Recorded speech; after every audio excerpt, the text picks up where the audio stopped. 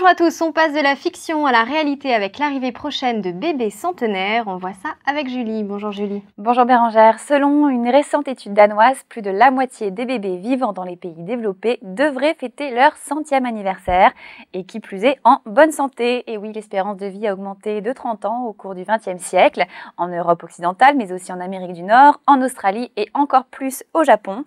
3 petits sur 4 pourraient même atteindre l'âge de 75 ans si les conditions de santé s'améliorent aussi rapidement qu'au cours des 2 derniers siècles. Autant dire que nos tout petits ont de longs et beaux jours devant eux. Merci Julie. Les bébés vont adorer le nouveau film d'animation Panda, Petit Panda en salle dès demain.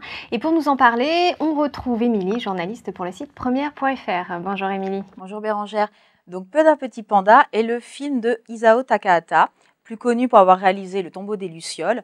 Donc Panda Petit Panda raconte l'histoire de Mimiko, une jeune orpheline élevée par sa grand-mère, qui va retrouver chez elle 3 pandas qui viennent squatter tout simplement. Et elle va se lier d'amitié avec eux et partir à l'aventure pour en fait aider un petit bébé tigre à retrouver sa famille.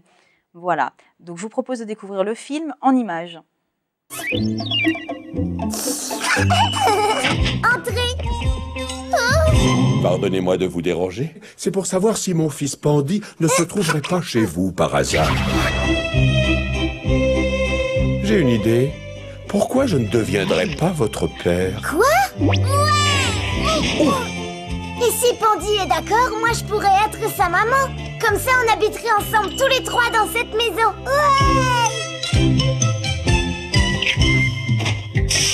Papa, réveille-toi, tu vas être en retard au travail. Au travail?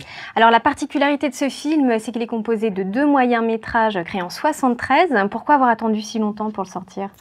Alors effectivement, c'est spécifique au film d'Isao Takahata et d'Hayao Miyazaki, qui a aussi participé à cette œuvre en tant que scénariste et créateur de l'œuvre originale, qui sortent toujours en France avec 20 à 30 ans d'écart entre leurs sorties japonaises.